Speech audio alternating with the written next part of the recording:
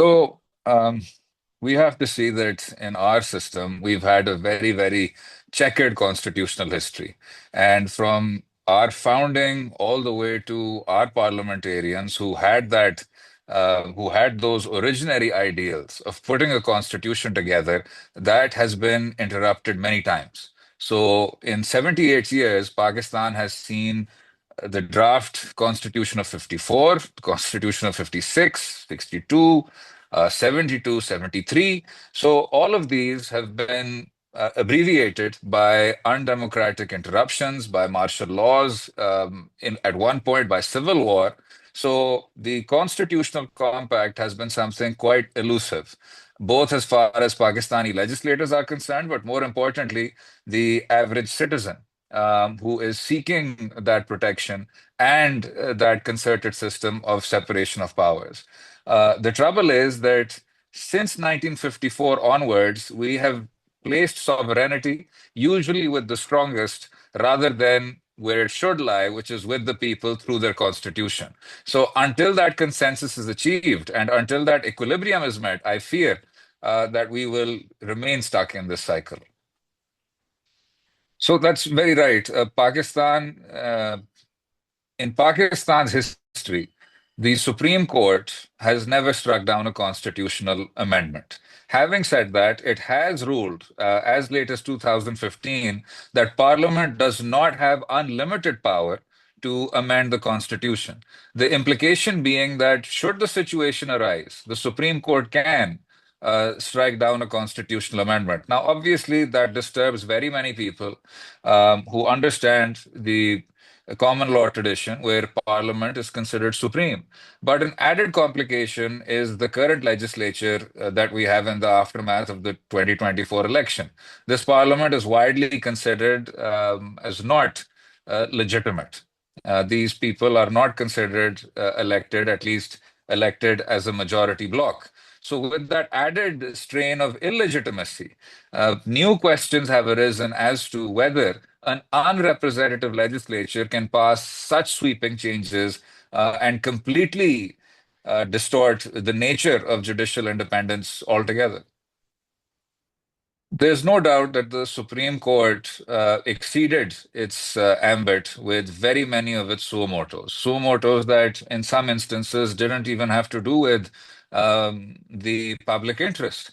Having said that, it's important to understand this is not a backlash to judicial activism. This is not even a cure to judicial activism. Judicial activism has more or less been in recession since the end of 2018.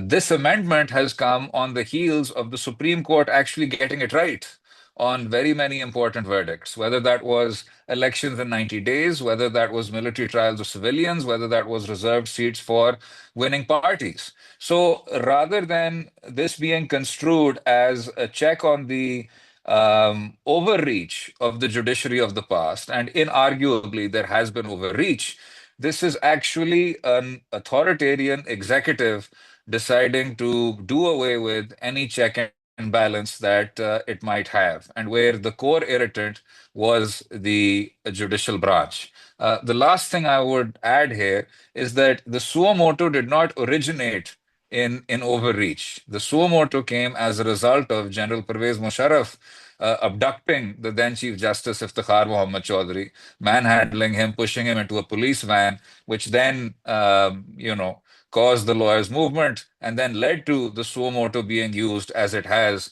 often as a populist device removed from the statute books. We had a very particular context that necessitated the 18th and 19th Amendments, which took judicial appointments out of the ambit of the executive.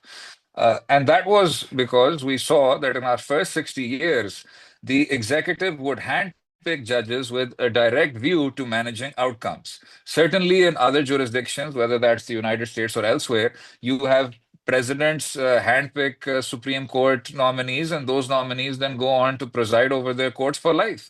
But in Pakistan's particular context, whether that was military dictatorship or civilian autocrats, judges appointing judges was considered the cure. And this also, ironically, given the situation today, this also had political buy-in. So the major political parties in 2010 were on board with a judicial commission with a majority of judges on side.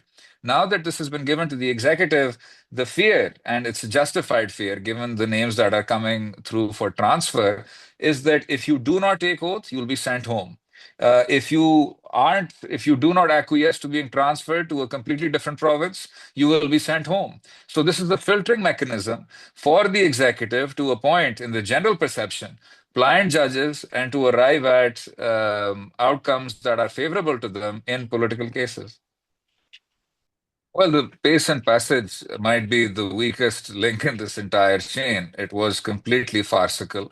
Perhaps the only exercise more farcical than the 27th was the 26th, where legislators, at least the ruling parties, at least the parties connected to said legislators, would later say that this was not, those votes were not handed down according to their will.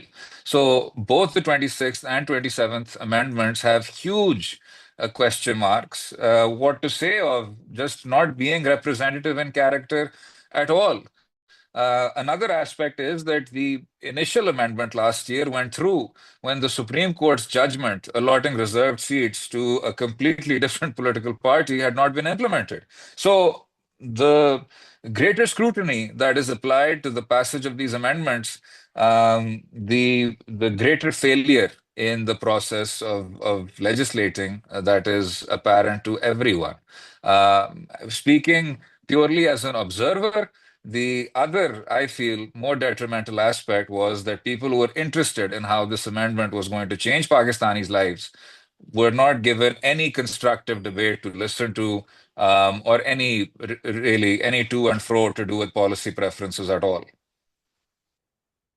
Gee, the judge of the High Court was Justice Shams Mahmood Mirza Sahab. What is manifest from the very act of resignation is that the judiciary has been completely subordinated to the executive, and a judge who is still willing to uphold his oath, to remain faithful to the Constitution as he sees it, has gotten um, inexorably more difficult, exponentially more difficult, in fact, I would say, just in the last 48 hours. So that's what these resignations mean. We've seen in the past also an entire spate of judges refusing to take fresh oaths, choosing to go home instead.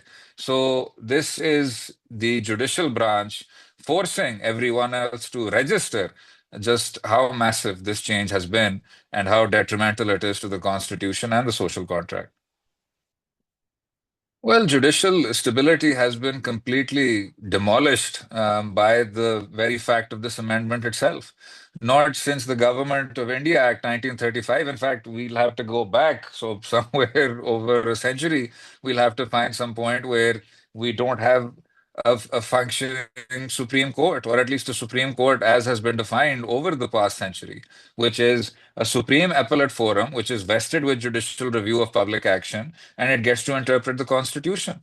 You have made precedent completely redundant overnight. So all those shelves that are lining lawyers' offices, all those books mean nothing because in Article 189 you've put in that decisions of the Supreme Court will no longer be binding on this grotesque new edifice that you've established in Islamabad called the Federal Constitutional Court.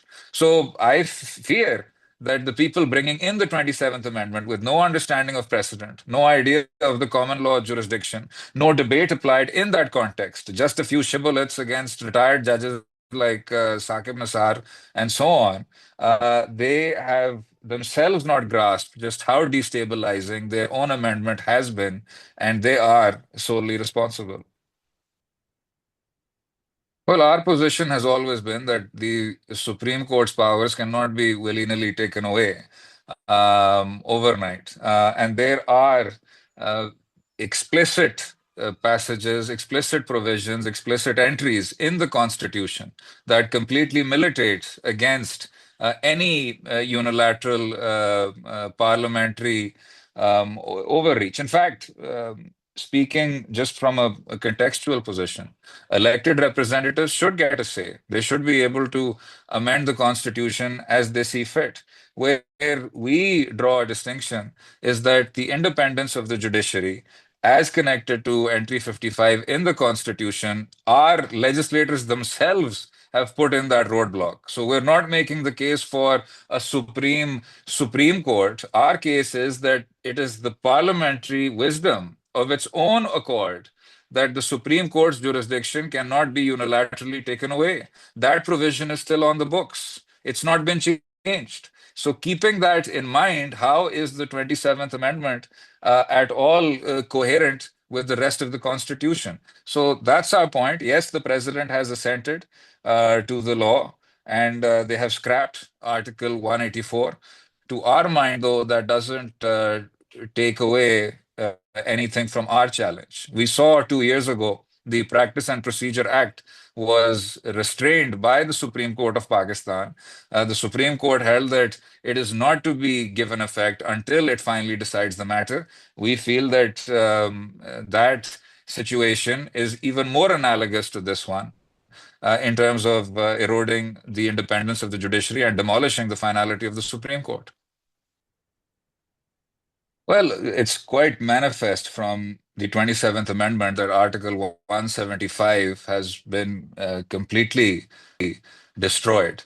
Any attempt to separate the executive from the judiciary has been set back very many years. The 26th Amendment set it back 30 years. The 27th Amendment decided to just, do away with any chronology at all. We are now in completely uncharted territory. But in addition to Article 189 and Article 175, I would still say that the salient protection in the Constitution is provided in the federal legislative list. And without getting into legal technicalities, the main thrust is that our parliamentary wisdom, and this is when legislators happen to be elected, was that the Supreme Court cannot you cannot take away the Supreme Court's jurisdiction. You can't even reduce it. So, an amendment that explodes it altogether and sets up a brand new court without actually reconfiguring the entire nature of the Constitution and the entire nature of the country, you can't do it.